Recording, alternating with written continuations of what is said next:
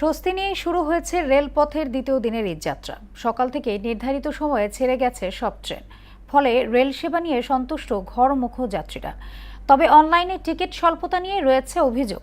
রেলমন্ত্রী শেখ রবিউল আলম জানান, ঈদযাত্রা নির্বিঘ্ন করতে সব ধরনের পদক্ষেপ নেওয়া হচ্ছে। কালোবাজারি রোধে কঠোর হতে প্রশাসনকে নির্দেশ দেওয়া হয়েছে। এমআর আসাদের রিপোর্ট। রাজধানীর কমলাপুর রেলওয়ে স্টেশনে যাত্রীরা জড়ো হন বাড়ি ফেরার তাগিদে। ঈদের লম্বা ছুটি স্বজনদের সঙ্গে কাটানোর মধুর স্বপ্নে বিভোর থেকেই ট্রেনে ওঠেন তারা।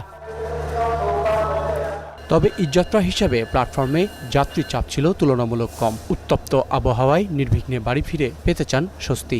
অন্য বাড়ির থেকে এইবার অনেক ভালো, আলহামদুলিল্লাহ অনেক ভালো। অনলাইনে পাইনি, অনলাইনে তো 1 মিনিটে প্রায় 1 কোটি হিট হয়ে যায়, কেউই পায় না, সেজন্য স্ট্যান্ডিং পাইছি আর কি। এখন দাঁড়ায় দাঁড়ায় যেতে হবে, কি করার। তবে অনলাইনে টিকিট নেওয়ার সেবা নিয়ে অভিযোগ কাটেনি। চাহিদার তুলনায় আসন সংখ্যা কম থাকায় এমন পরিস্থিতি বলে জানান যাত্রীরা। আজকে আবার আসা টিকিট কাটবো, 2 মিনিট পরে ঢুকলাম, কোনো টিকিটই নাই। বুঝছেন কথাটা? ধরেন মানে হয়তো কোনো সিন্ডিকেট হয়, অথবা ধরেন ওরা আপনার টিকিট সরাই রেখে দেয় আর কি। টিকিট কাটা প্রায় হয়ে গেছে, আসলে পেমেন্টটা বাকি, তখন হলো পেমেন্টটা হইতেছে না, তখন টিকিটটা ক্যান্সেল হয়ে যায় আর কি। তো এরকম সমস্যা হয়।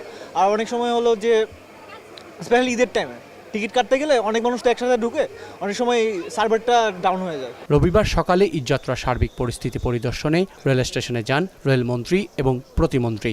ঈদযাত্রায় সড়কে চাপ কমিয়ে রেলপথে সর্বোচ্চ সেবা দেওয়ার অঙ্গীকার করেন মন্ত্রী শেখ রবিউল আলম। আমার কাছে পরিবেশ যাত্রীদের সন্তুষ্টি বেশ ভালো মনে হয়েছে।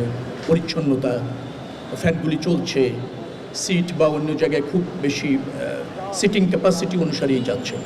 যদিও আমরা ক্যাপাসিটির বাইরেও কিন্তু 25% টিকিট আমাদের দিতে হয়েছে যাত্রীদের চাহিদা বিবেচনা করে। যাত্রী ভোগান্তি কমাতে কালোবাজারের টিকিট বিক্রি রোধে কঠোর হতে সংশ্লিষ্টদের নির্দেশ দেন তিনি। ঈদ উপলক্ষে আরও 25% বৃদ্ধি করে 40,000-এর মতো যাত্রী যাওয়ার সুযোগ করে দিতে পারি। এমআর আসাদ, মোহনা সংবাদ, ঢাকা।